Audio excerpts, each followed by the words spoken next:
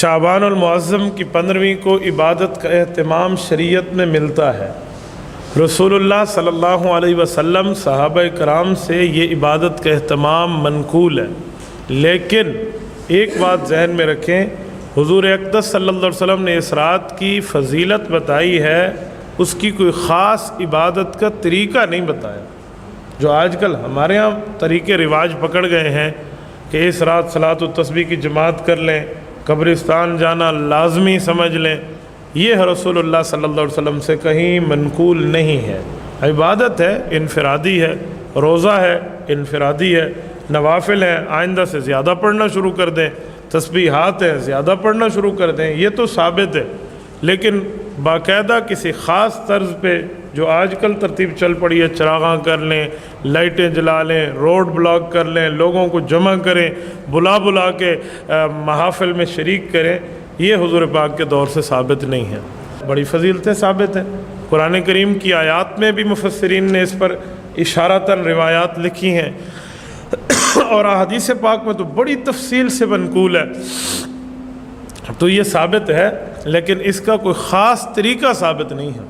اس رات جاگنا بھی ثابت ہے، اس رات عبادت بھی ثابت ہے، لیکن اس کو یوں نہ سمجھیں کہ مجمع کیا جائے، بلایا جائے، بندوں کا اکٹھ ہو، محفل ہو، چراغاں ہو، ڈھول باجے، جو آج کل ترتیب ہے وہ نیکی برباد اور گناہ لازم کے مترادف ہے۔ حضور پاک صلی اللہ علیہ وسلم کا اس پر عمل موجود ہے۔ جامع ترمذی میں حضرت عائشہ رضی اللہ عنہ فرماتی ہیں، فقدت رسول اللہ صلی اللہ علیہ وسلم لیلۃ فخرجت فاذا هو بالبقیع۔ ایک رات اللہ کے رسول میرے ساتھ سوئے، رات کو میں نے رسول اللہ کے بستر پہ دیکھا تو بستر خالی، تو میں اللہ کے رسول کے پیچھے باہر نکل کے دیکھنے لگی کہ حضور کہاں ہے، تو میں نے جنت البقیع میں دیکھا اللہ کے رسول موجود تھے۔ میں نے اللہ کے رسول سے پوچھا، یا رسول اللہ آپ ادھر آ گئے؟ حضور علیہ السلام نے فرمایا، آج شعبان کی رات ہے، اللہ رب العزت مغفرت کے دریا بہا دیتے ہیں، میں اس لیے قبرستان آیا ہوں۔ مفتی اعظم پاکستان مفتی محمد شفیع عثمانی رحمۃ اللہ علیہ فرماتے ہیں کہ یہ بات ثابت ہے، لیکن پوری زندگی میں ایک بار رسول اللہ صلی اللہ علیہ وسلم کی زندگی میں 15ویں شعبان کی راتیں کئی بار آئی ہیں، لیکن ہر رات حضور قبرستان نہیں گئے۔ ہر رات سے مراد ہر 15 شعبان کی رات کو نہیں گئے۔ تو جتنا ثابت ہے اس پہ اتنا عمل کر لو، جو ثابت نہیں ہے اس کو چھوڑ دو۔ تو پوری زندگی میں ایک بار ہم بھی چلے جائیں، اس پر کوئی منع نہیں ہے، لیکن ہر 15 شعبان آئے تو مجمع کو اکٹھا کر کے وہاں لے جانا، یہ نہ حضور سے ثابت ہے نہ حضور کے صحابہ سے ثابت ہے۔ جتنا ثابت ہے نا اتنا ہی بندہ عمل کرے، اور جتنا ثابت نہیں ہے اس کو چھوڑ دے۔ ایک بات مزید حدیث پاک میں ہے، رسول اللہ صلی اللہ علیہ وسلم فرماتے ہیں کہ بنو کلب ایک قبیلہ ہے۔ بنو کلب وہ قبیلہ ہے جس کی بکریاں بہت زیادہ مشہور ہوتی تھی کہ یہ قبیلہ اپنے پاس بکریاں پالتا ہے اور رکھتا ہے۔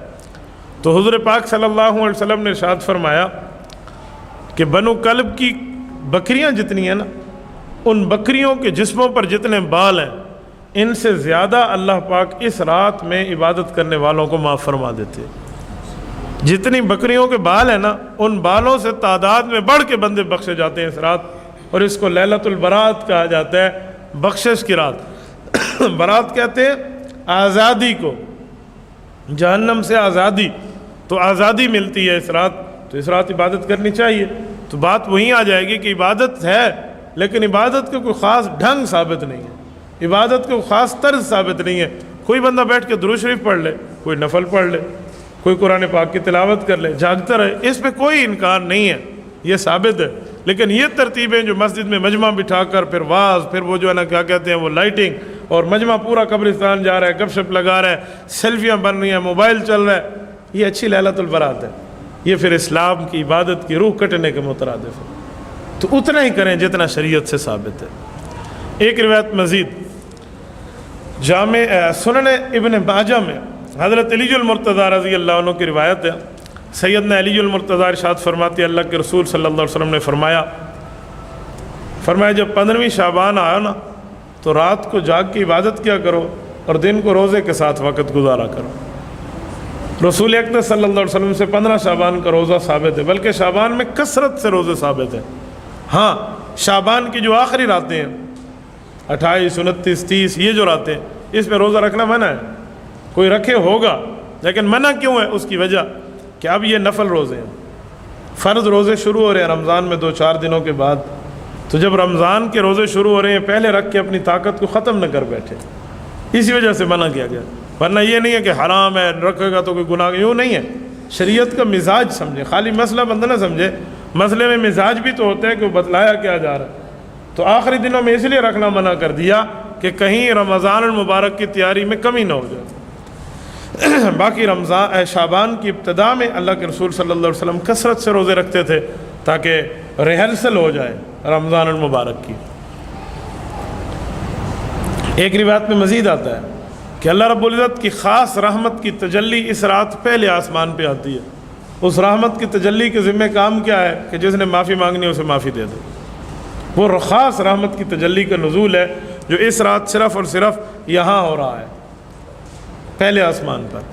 اچھا، ایک بات یہاں سمجھ آئی کہ پہلے آسمان پہ کیوں ہے، دوسرے پہ کر لیں نا، تیسرے پہ کر لیں۔ وہ لوگوں کی طرف اشارہ ہے کہ اے لوگوں تمہاری طرف اللہ کی رحمت بہت قریب آ چکی ہے، 7ویں آسمان سے پہلے آسمان تک یہ رحمت خاصہ پہنچی ہے۔ اس رات کی عبادت تو یہ ہے۔ اس میں 5 بندے ایسے ہیں جن کی کوئی مغفرت نہیں ہوتی اس رات۔ گویا میں یوں کہوں حدیث پاک میں انہیں بدبخت اور محروم کہا گیا۔ یہ نہیں ہے کہ قیامت تک ان کی بخشش نہیں ہوگی، توبہ کر لیں گے تو ہو جائے گی، لیکن جو اس رات وہ 5 بندے توبہ نہیں کریں گے اور حق، ایک ہوتا ہے معافی، ایک ہوتی ہے تلافی۔ کسی کے پیسے لوٹ لو نا، پھر کہ مجھے معاف کر دے، معافی اس کے جرم کی مانگیں، تلافی اس کے مال کی کریں، اس کو ادائیگی کریں، پھر جا کے معافی بھی ہوتی ہے تلافی بھی ہوتی ہے۔ تو معافی تلافی کر لیں تو بچ جائیں گے، نہ کر لیں تو ان کا کوئی نہیں ہے۔ وہ 5 کون ہیں؟ رسول اللہ صلی اللہ علیہ وسلم فرمایا ایک تو مشرک ہے جو اللہ رب العزت کے ساتھ کسی ذات اور صفات کی حد تک شرک کرتا ہے، مشرک آدمی کی کوئی بخشش نہیں ہے۔ دوسرا مشاحن ہے، وہ کیا ہے؟ وہ اس بندے کو کہتے ہیں جس کے دل میں کینہ اور بغض ہر وقت پرورش پا رہا ہو۔ کسی بندے کو دیکھے تو اس کا بغض اس کے دل میں ہو، کسی کو دیکھے تو اس کا کینہ اس کے دل میں ہو، کسی کو دیکھے تو خواہ مخواہ سے اس کا غصہ اس کے دل میں، جسے کہتے ہیں نا بغضی آدمی، متعصب آدمی، تنگ نظر آدمی، جس کے دل میں کینہ پروری آ چکی ہے، یہ بندہ یہ اس رات بخشش کی امید نہ رکھے۔ تیسرا آدمی کون ہے؟ وہ ہے جس نے تکبر کے انداز میں اپنے پاجامے کو ٹخنوں سے نیچے لٹکایا، مسبلم ازارہ، اپنے ٹخنے کو ڈھانک لیا اس بندے نے۔ یہ جو علماء کہتے ہیں کہ ٹخنوں کو کھلا رکھیں، اس پر لوگ کہتے ہیں بھی ٹخنے چھپانا اور کھلا رکھنا، تو میں نے کہا یہ اللہ کے رسول سے ثابت ہے، حضور پاک علیہ السلام نے فرمایا۔ ہاں کبھی غفلت سے نیچے آ گیا ہے کپڑا، وہ بندہ مراد نہیں ہے۔ کوئی غفلت میں کسی کی سستی میں کپڑا نیچے ہو گیا ٹخنوں سے، یہ بھی جہنمی ہو گیا، وہ مراد نہیں ہے، وہ جہنمی نہیں ہوتا۔ یہ اس کو کہا جا رہا ہے جو جان بوجھ کے اپنی عادت اور تکبر بنائے اسی لیے۔ یعنی بعض لوگ ہوتے ہیں نا، ان کو کہنا ٹخنے سے اوپر شلوار کریں، تو ہمیں کہتے ہیں میں کوئی نماز میں ہوں، تو انہیں کو یہ تمہیں کس بے وقوف نے کہا ہے نماز میں صرف ٹخنے سے اوپر شلوار رکھنی ہے؟ یہ کس نے کہا ہے؟ جس حدیث میں لکھا ہوا ہے نماز میں ٹخنے سے اوپر شلوار رکھیں، یہ حدیث مجھے دکھا دیں، یہ تو حدیث ہی نہیں ہے۔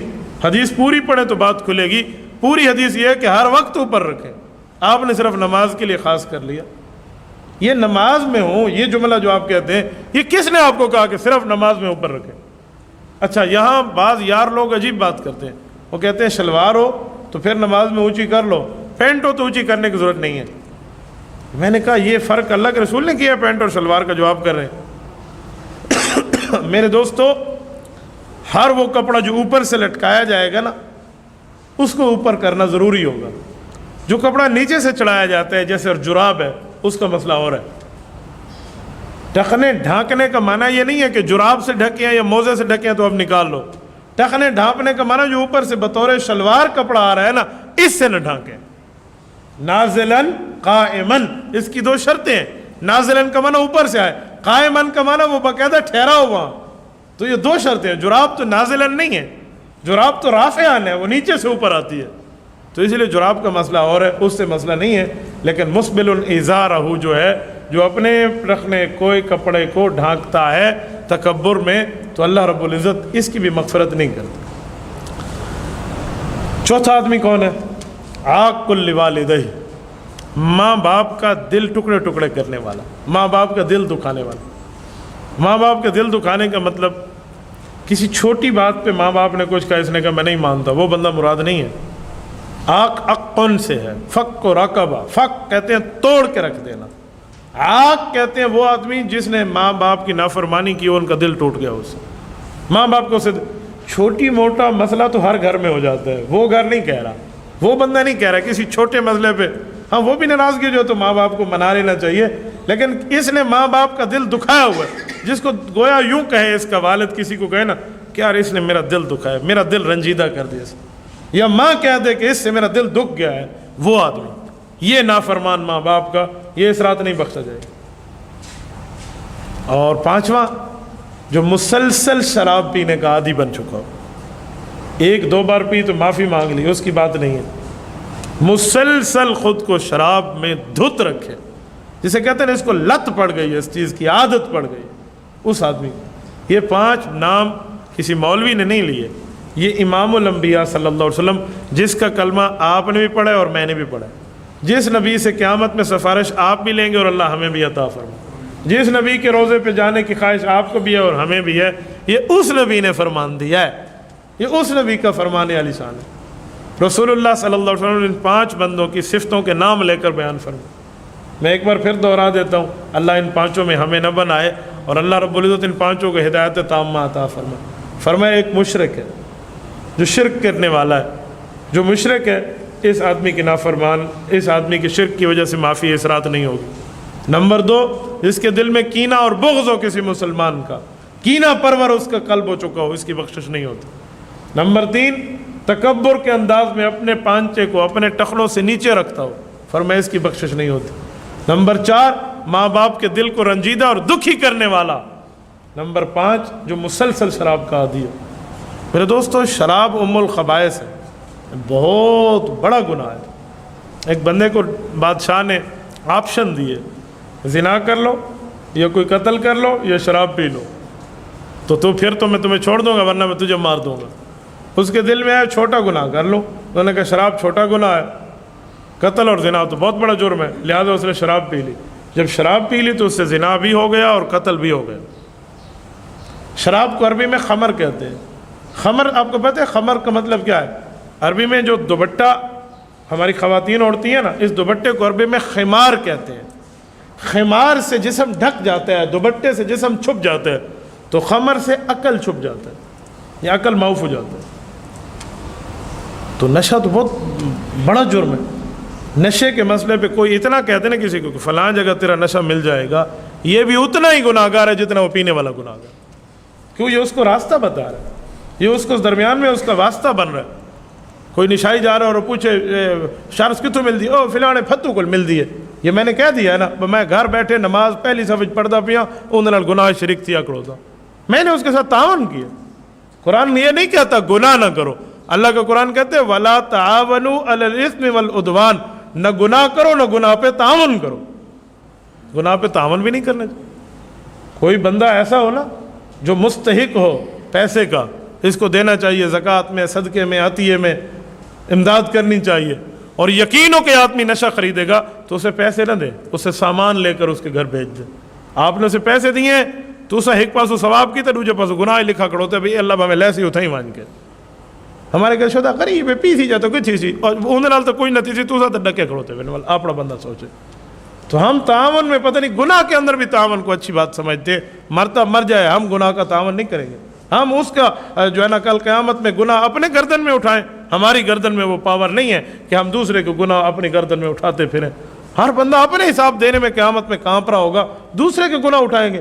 اللہ فرماتے ہیں کچھ جو ہے نا بدبخت اور بد نصیب قیامت میں وہ ہوں گے لا يحملن اثقالا واثقالا مع اثقالهم، جن کے سر کے اوپر بوجھ اپنے گناہوں کا بھی ہوگا اور گٹھڑیاں دوسرے کے گناہوں کی بھی ہوں گی۔ کیوں؟ انہوں نے گناہوں کی بنیاد رکھی ہوگی، ایسا کام ان نے آگے شیئر کر دیا ہوگا، امت میں ڈال دیا ہوگا جس سے دوسرے گناہوں میں مبتلا ہوئے ہوں گے، تو اس کا جرم یہ کر۔ آپ کو پتہ ہے شریعت میں راستے کے بندہ اوپر چل رہا ہے، کیلا کھا لیا تو چھلکا راستے میں شریعت پھینکنے سے منع کرتی ہے، کیوں؟ اس سے دوسرے کو تکلیف ہوگی، تو کسی کو نشائی بنا دے، کسی کو بندہ پیسے دے کے گناہ میں ڈال دے تو اس سے کوئی تکلیف نہیں ہوگی۔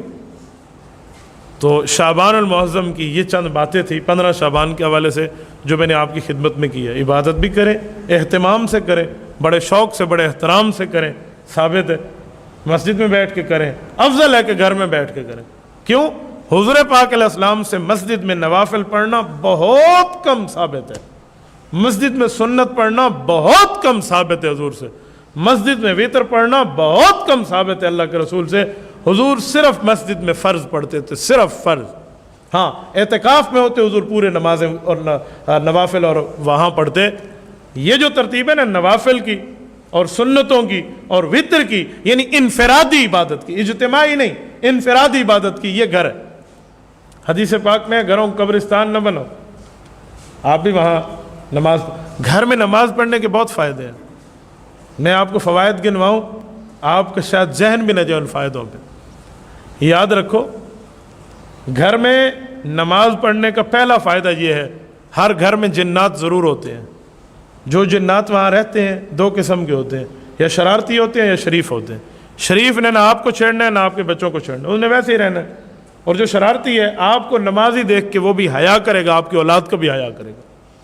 سر لوگ آدھن گھر جین کون ہیں، اللہ ہمیں ایک رکعت ہی کار کرانی پڑی، تو گھر میں آپ نماز پڑھیں گے نا۔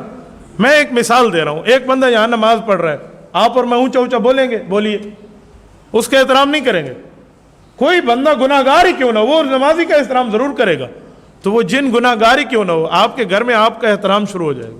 اچھا، گھر میں نماز پڑھنے کا دوسرا فائدہ، بچے دیکھیں گے، بچیاں دیکھیں گی، گھر والے دیکھیں گے، انہیں بھی نماز کی ترغیب ہوگی، نماز کا شوق ہوگا۔ دیکھو ہمارا بھائی پڑھ رہا ہے تو مجھے بھی پڑھنا چاہیے۔ ماں بھی کہتی کہ بیٹا تو بھی پڑھ لے، تیرا بڑا بھائی نماز پڑھ رہا ہے یا تیرا چھوٹا بھائی پڑھ رہا ہے۔ ایک فائدہ مزید بھی ہے، اس سے گھر میں مزید برکتیں جو ہے نا کیا کہتے ہیں پھیلیں گی۔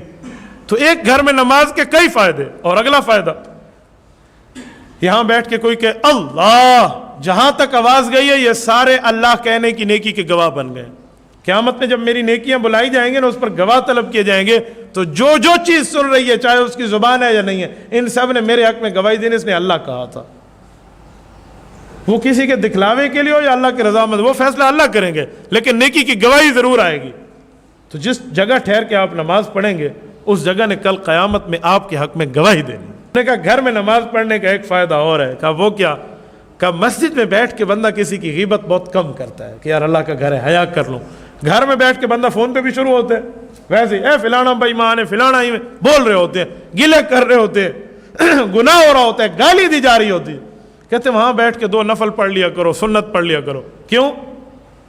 قیامت میں وہاں سے گناہوں کی گواہی آئے گی نا، تو وہ جگہ آپ کی نیکی کی گواہی بھی دے گی۔ اور اگر نیکی کرنے میں آپ کا معاملہ بڑھ گیا تو اس گناہ کی وجہ سے اللہ رب العزت آپ کو نیکی زیادہ عطا فرما کے گناہ معاف کر دیں گے۔ تو اچھی بات ہے کہ بندہ عبادت یہ گھر میں کرے۔ ہاں فرائض کے لیے مسجد آئے، فرائض گھر میں نہیں ہونی چاہیے، فرائض گھر میں نہیں، فرائض مسجد میں۔ حضور کے دور میں نابینا صحابی بھی گھر میں نماز نہیں پڑھتے تھے، مسجد آتے تھے۔ عذر اور ہے، شدید عذر ہو، پانی ہو، بارش ہو، خوف ہو، وہ کچھ معاملے اور ہیں، ورنہ نہیں تو مسجد آنا چاہیے۔ تو افضل یہ ہے کہ بندہ عبادت گھر میں کرے۔ آپ نہیں کر سکتے، کوئی شور ہے، کوئی ترتیب ہے، تو آپ پھر مسجد آ جائیں، پھر چلو مجبوری آپ مسجد میں پڑھ لیں۔ تو یہ عبادت اس رات کریں۔ کوئی زندگی میں کبھی قبرستان اس رات نہیں گیا تو ایک رات چلا جائے، ایک بار چلا جائے، کیونکہ حدیث پاک کے مطابق زندگی میں ایک بار تو ثابت ہے نا، تو جتنا ثابت ہے اس پہ عمل کر لیں۔ اور روزہ تو اللہ کے رسول نے پھر کبھی نہیں چھوڑا، 15 شعبان والا، تو روزہ رکھنا چاہیے۔ شیخ الحدیث مولانا زاہد الراشدی دامت برکاتہم فرماتے ہیں، اب وہ یہ ان کے بیٹے بھی شیخ الحدیث ہیں مولانا زاہد، ان کے والد امام اہل سنت شیخ سرفراز خان صفدر رحمۃ اللہ علیہ اپنے دور کے بہت بڑے شیخ الحدیث گزرے ہیں گجرانوالہ کے۔ مولانا راشدی کی عمر اس وقت 70 سال سے اوپر ہے۔ فرماتے ہیں میں اپنے والد کے کمرے میں داخل ہوا، 15 شعبان کا دن تھا، شدید بیمار تھے، تکلیف میں تھے، ڈاکٹروں نے بڑا جو ہے نا احتیاطیں بتائی ہوئی تھیں، تو ابو رو رہے تھے۔ تو کہتے میں نے والد صاحب خدمت میں عرض کیا کہ ابو ہم میں سے بھائی بیٹوں میں سے تو بیٹیوں میں سے تو کسی نے آپ کو دکھ دیا ہے، کیا وجہ ہے؟ تو شیخ الحدیث مولانا سرفراز رحمۃ اللہ علیہ فرمان لگے کہ آپ کا مسئلہ نہیں ہے، میرا مسئلہ ہے۔ کہ ابو پھر بھی بتا دیں۔ کہ بیٹا 70 سال سے مسلسل میں نے شعبان کی 15ویں کا روزہ نہیں چھوڑا، کہ تم ہی نے مجھے ڈاکٹر کے پاس لے گئے اور اس نے زور زبردستی سے مجھ سے وعدہ لیا کہ آپ یہ روزہ چھوڑ دیں، آپ کی عمر اتنی ہو گئی ہے، آپ کی تکلیف ہے، آج میرا روزہ چھوٹ رہا ہے۔ مسلسل کیا، نفل ہے، مسلسل کیا، ضروری نہیں سمجھا تو بس کر لیں، تو کرنا چاہیے۔ یہ چیز ہے جو ثابت والی ہے۔ روزے کی عبادت صرف اللہ کو پتہ ہوتا ہے نا، مسجد میں آ کر شور شرابہ لائٹنگ وغیرہ کر کے جو عبادت لوگ کرتے ہیں تو سب کو پتہ ہے۔ تو تو اس میں وہ کام کریں جو صرف اللہ کو پتہ ہو۔ علامہ اقبال کہتے ہیں نا کہ بندہ دو عالم سے خفا میرے لیے ہے، تو جو گواہی فرشتے دیں گے نیکی کی، جو گواہی جگہ دے گی، جو گواہی لوگ دیں گے، جو گواہی آپ کو آپ کے علاقے والے دیں گے، وہ گواہیاں بہت کم ہوں گی۔ جب گواہی اللہ کی آئے گی نا کہ اس بندے نے میرے لیے نیکی کی تھی، باقی گواہیاں اڑ جائیں گی۔ کیا حدیث پاک میں الصوم لی وان عاجزی بھی، فرمایا روزہ میرے لیے ہے، اس کا بدلہ میں نے ہی دینا ہے۔ اللہ نے تو ہر عبادت کا بدلہ دینا ہے، روزے کے دینے کے لیے کیوں فرمایا؟ نماز کا بدلہ اللہ دیں گے، حج کا بدلہ اللہ دیں گے، عمرے کا بدلہ اللہ دیں گے، سب چیز کا بدلہ اللہ، لیکن روزے کے لیے یہ کیوں فرمایا کہ میں نے دینا ہے؟ تو روزے کی اہمیت بتانے کے لیے کہ باقی عبادتوں میں لوگ دیکھ لیتے ہیں، یہ عبادت ہے جو صرف میں دیکھتا ہوں۔ تو اللہ آپ کو اور ہمیں صراط مستقیم عطا فرمائے۔ وآخر دعوانا ان الحمد للہ رب العالمین۔